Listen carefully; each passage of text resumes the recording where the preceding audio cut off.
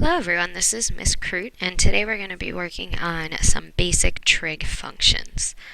So, with a right triangle, we can find some basic trig functions. Trig is short for trigonometry, and trig functions are all about ratios, which are fractions. They're all about the ratios of side lengths in a right triangle.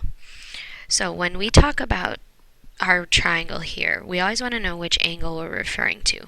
You'll always know which angle by this symbol right here, and that's called theta. It's pronounced T-H-E-T-A. That's called theta. That tells us what angle we're talking about. Now when we know which angle we're talking about, we talk about the side lengths that are related to theta. So if we look at the side that's across from theta, so if we walked all the way across the triangle like that, this is the opposite side because it's opposite of theta. Now the side next to theta is called the adjacent side because adjacent means next to. And then the last one is the longest side, which is across of the right angle, is the hypotenuse, which that's a word we already knew. Oops, I spelled that wrong. So now, when we find these ratios, we use those words, opposite, adjacent, and hypotenuse. Sine is always the opposite over the hypotenuse. Cosine is always the adjacent side over the hypotenuse. And tangent is always the opposite side over the adjacent side. So those are the standard trig functions. Then we have what's called the reciprocal trig functions. So cosecant is the opposite of sine. So it's hypotenuse over opposite. Secant is the inverse of cosine. So we have hypotenuse over adjacent. And cotangent is the inverse of tangent. So we have adjacent over opposite. Now we have this nifty little trick to help us remember all of these, and that is SOHCAHTOA.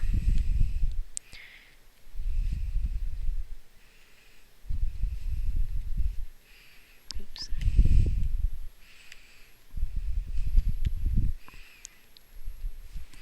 So SOHCAHTOA is helpful because it helps us remember the order. The S stands for sine, and sine is opposite over hypotenuse. The C stands for cosine, which is adjacent over hypotenuse. And the T stands for tangent, which is opposite over adjacent. So, if you can remember SOHCAHTOA, you can remember the ratios. Now, that gives us the first three, the standard ones. To get the reciprocal functions, we just have to remember which one they go with. So you have to remember that cosecant is 1 over sine of theta. So that means you're just flipping sine of theta upside down.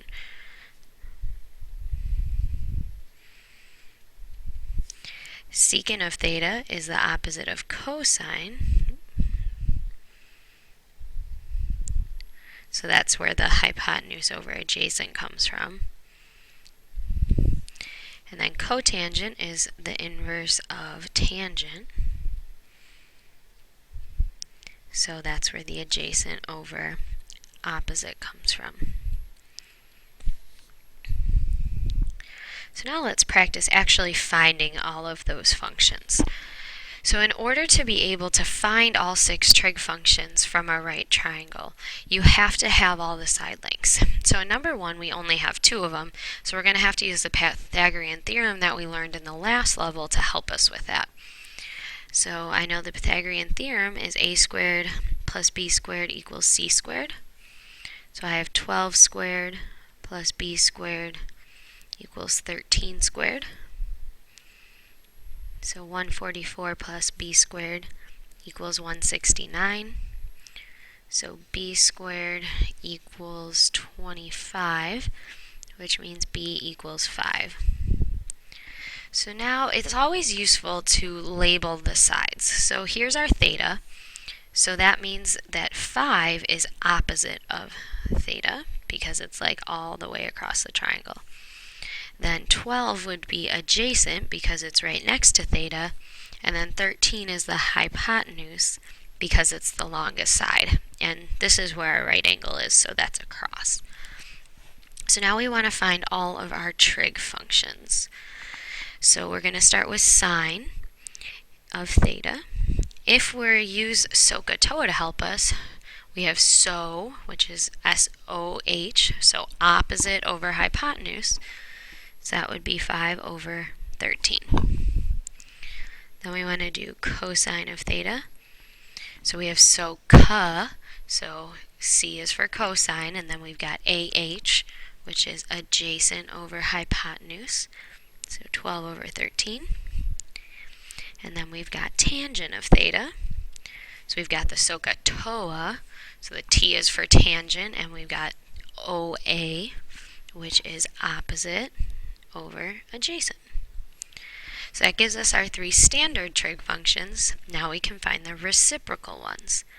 So we have to remember that cosecant goes with sine, so it's the inverse, so we just flip sine upside down, 13 over 5. Then secant goes with cosine, so we flip cosine upside down, so 13 over 12. And then cotangent is the reciprocal of tangent, so we flip tangent upside down, 12 over 5. And that gives us our 6 trig functions. So that's all we needed. Now let's look at number 2. So again, we need to have all of the sides in our triangle. So we're going to use the Pythagorean theorem again. So I've got 9 squared plus b squared equals 25 squared. Now if you went through and solved it, which I'll let you guys do that on your own because I think you're pretty good at that, you'll end up with b being equal to 24. So we know that's this side here. Now here's our theta. So again, we want to label all the sides. So 9 would be the opposite side because it's across the triangle. 24 would be the adjacent side because it's next to theta. And then 25 is the hypotenuse because it's across from the right angle. It's also the longest side. So now we can find our trig functions.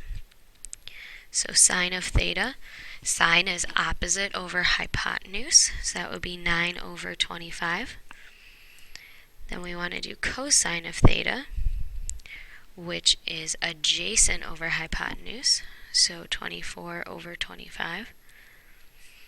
Tangent of theta is opposite over adjacent, so that would be 9 over 24. Now remember, if you're getting lost on where I'm coming up with the ratio, you could be using SOHCAHTOA to help you remember. We also have them all written at the top of the note sheet.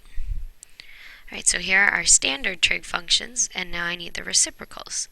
So cosecant of theta goes with sine of theta, so I can flip sine upside down.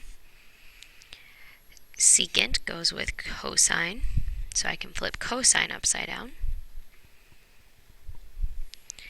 And then cotangent goes with tangent, so I can flip tangent upside down to get 24 over 9.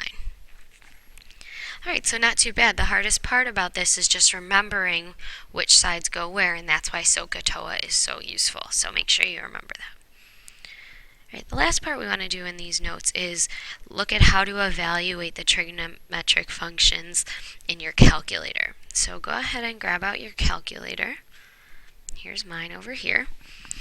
So we want to evaluate sine of 25. So if you look at your calculator, the first thing you need to do is make sure it's in the right mode. So the mode button is up here right next to the second button. If you click on mode, go down to the third line.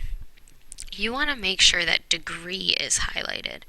So in mine, radian was highlighted, so I'm going to arrow over to degree and hit enter. So degree is highlighted.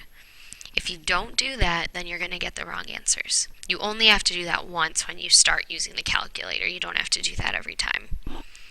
So now we want to quit so we can go back to the main screen.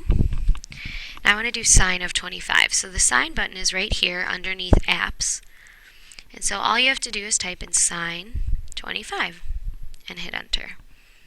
You want to round to 4 decimal places. So I'm going to write down 0.4226. That's it. So now we can try cosine of 45. So cosine 45. And we get 0.7071. And then we have cotangent. Now if you look here, you don't have a cotangent button. You have sine, cosine, and tangent. But we talked about up above that cotangent is the same thing as 1 divided by tangent. So we can type in 1 divided by tangent of 11. And then hit enter. So it's 5.1446. And that will work for any of the reciprocal functions. You can do 1 over the one that it goes with. So same, that works for cosecant and secant. Alright, so that is everything I've got for you guys on the basics of trig functions. So go ahead back to a table and get started on your in-class practice.